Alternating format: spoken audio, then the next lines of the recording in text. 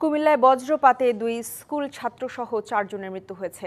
এদিকে কিশোরগঞ্জ, নেত্রকোনা, নোয়াখালী ও সুনামগঞ্জে বজ্রপাতে নারীসহ মারা গেছেন ৬ জন।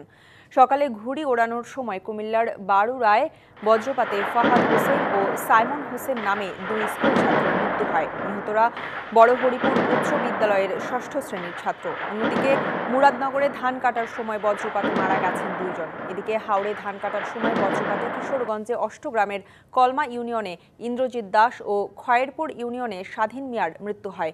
অন্যদিকে মিঠামইন উপজেলায় খলায় ধানের কাজ করার সময় ফুলেসা বেগম নামে এক নারী বজ্রপাতে মারা গেছেন। বজ্রপাতে নেত্রকোনার কলমাকান্দায় দিদারুল ইসলাম নামে এক মাদ্রাসা শিক্ষকের মৃত্যু হয়েছে।